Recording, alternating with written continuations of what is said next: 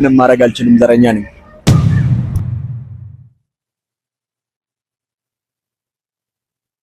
ወንድሜ ወይ እንዴት ነህ ካሜራ አለ አንድ ሁለት ጥያቄ ልጠይቅ ማልቆይ ከሆነ ወደ ስራ እየሄድኩ ስለሆነ ማታቆየኝ ከሆነ ችግር የለም አይ የሚያቆይ ነገር አይደለም ሳይ ደረትን ገልብጠ ዘና ብለ እየሄድክ ስለሆነ ተመሽተኝ ነው ምንድነው እስቲ ንገረኝ ደረቴን ገልብጬ ሳይሆን ካንገቴ ቀና ኮራ ብዬ እየሄድኩ ነው ያለው እሱ ደግሞ በሁለት ምክንያት ነው አንደኛው በምንም አይነት ሁኔታ ውስጥ የማይተወኝን የማይረሳኝን ፈጣሪ ስላለኝ በሱ ስለሚተማመን ነው ሁለተኛው ደግሞ ኦሮሞ ስለሆንኩ ዘረኛ ነኝ ዘረኛ አይደለም ዘረኛ በሆነ በአማርኛ ላወራም ነበር ስለ ኦሮሞ ማውራትና መናገር ዘረኛ ካስባለኝ ደግሞ ምንም ማድረግ አልችልም ዘረኛ ነኝ እሺ አመሰግናለሁ